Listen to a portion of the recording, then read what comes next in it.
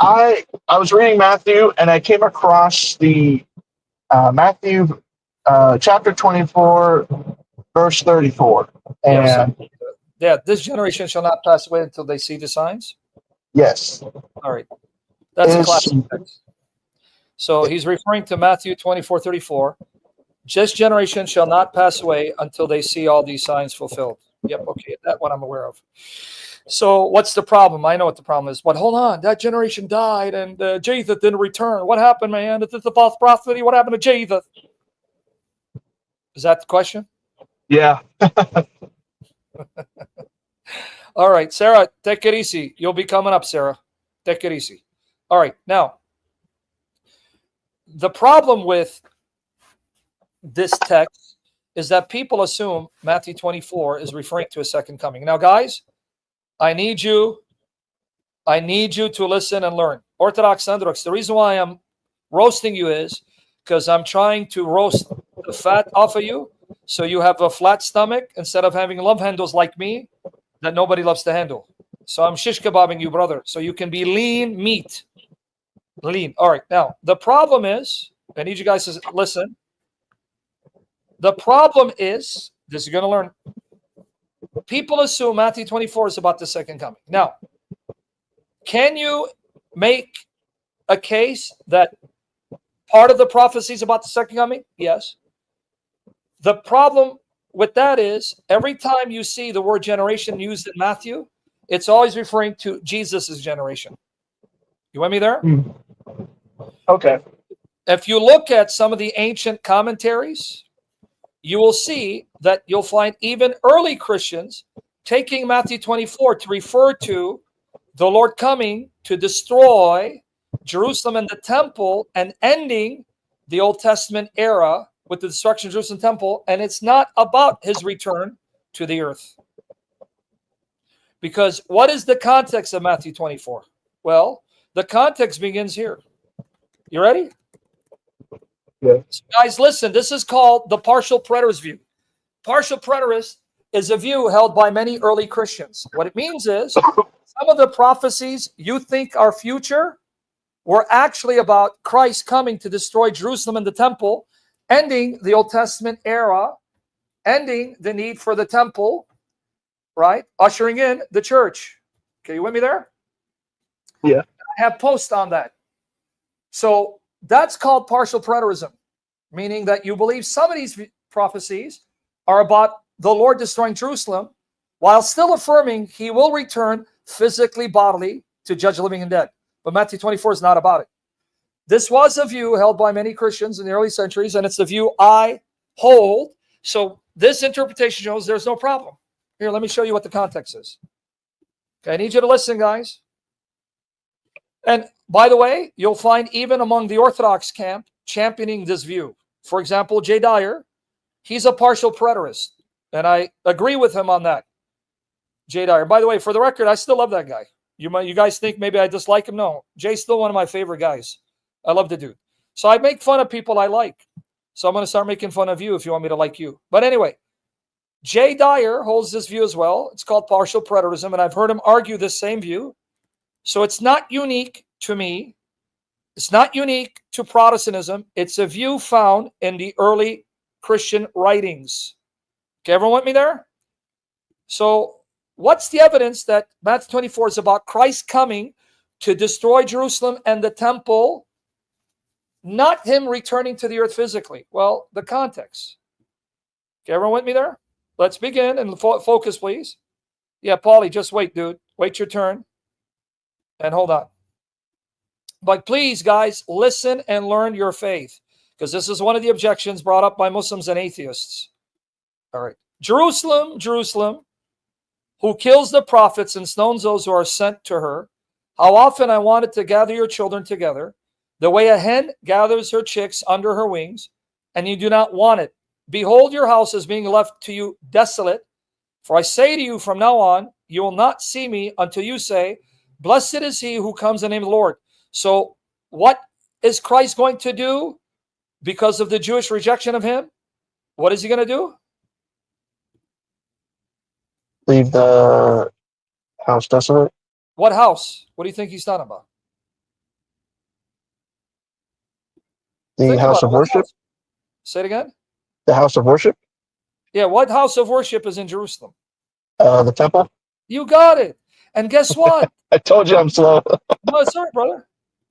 The reason, now, by the way, let me explain why I ask people questions. When I ask people questions and put them on a spot, that forces them to focus more deeply and they won't forget it again. See why I do it? Okay. Yeah. Right? Yeah. Because if I just give you the answer, you may doze off and daydream.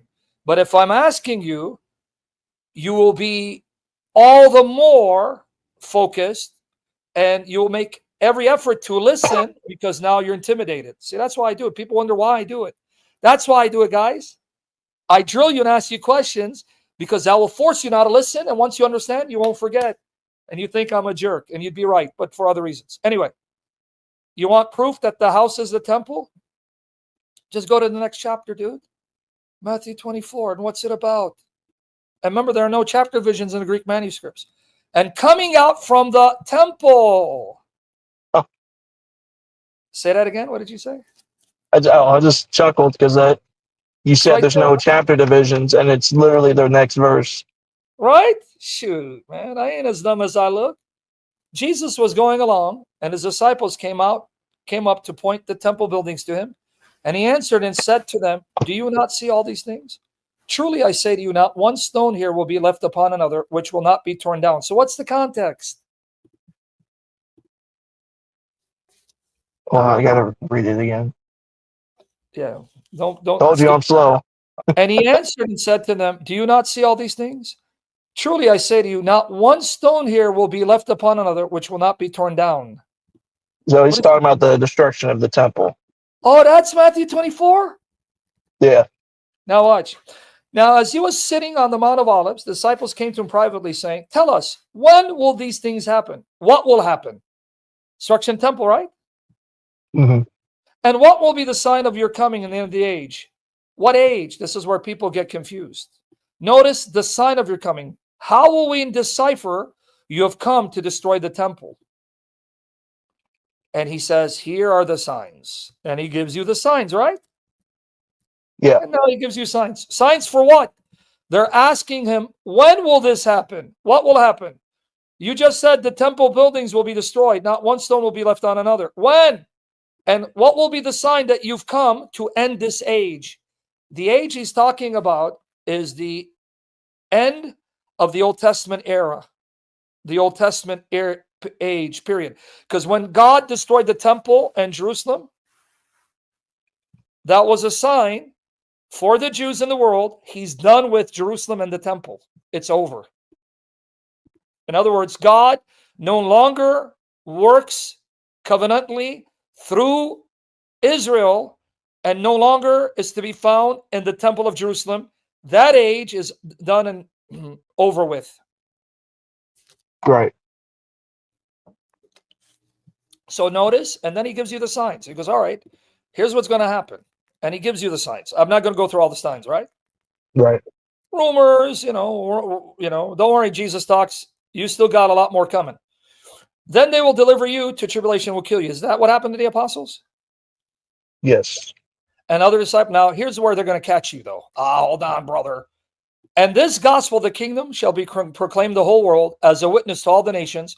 Then they will come. See, that's got to be second coming. Ha ha, I got you, Sam. Ha ha ha ha, I got you.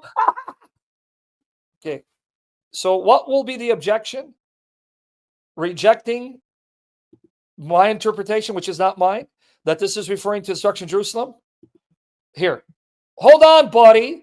Jesus says the gospels are preached to the whole world. Then the end will come. They haven't preached the gospel to the whole world, right? Right. So that seems like a good objection, right? Yeah. And you want me to refute that objection? Sure. Well, if you don't want me to, then that means No, go for it. Yeah. You're like, oh, let me think about it. Hold on. Should he refute it? Because if he doesn't, then this is going to be a problem for saying Matthew 24 generations about Jerusalem being destroyed. So maybe he shouldn't. If I don't, it's going to leave doubts, man. Shoot, homie. All right. So they got me here, guys. See? No, it can't be about Jerusalem. They didn't preach the gospel throughout the whole world. Ha ha ha! Got you, Sam. Ha ha. All right. You want me to give you proof from the Bible that, according to the New Testament, the gospel had already reached the whole world before Jerusalem was destroyed? Yes. See, now you're excited. Now you're like, all right, brother, show me, brother. I'll come in here, brother. I'll come in here, brother. You're going to be shocked, aren't you? Yeah. All right, here you go. You're laughing at me or with me? With you. All right, but I got to laugh first, which I did. Anyway. Okay, so what must happen before Jerusalem will be destroyed? If my interpretation is correct, Christ is saying this is about Jerusalem temple being destroyed, ending the Old Testament age. Well, what must happen before that? The gospel has to be proclaimed throughout the whole world, right? Yeah. Yes. Did it happen? Yeah. Romans 1:8. First, I thank my God through Jesus Christ for all of you, because your faith is being proclaimed throughout the whole world. Interesting, huh? Yeah. In other words, the danger of reading your Bible in light of the 21st century context is that you're going to get the Bible wrong and confused if you don't first try to understand what these words meant to that first century audience, not to you. Right. I've heard people say the Bible is written for us, but not to us. Say it again, brother. The Bible is written for us, but not to us. Exactly. So as far as the first century context is concerned, when Paul wrote this letter to the Christians at Rome in the 60s, had the gospel been proclaimed to the then known world?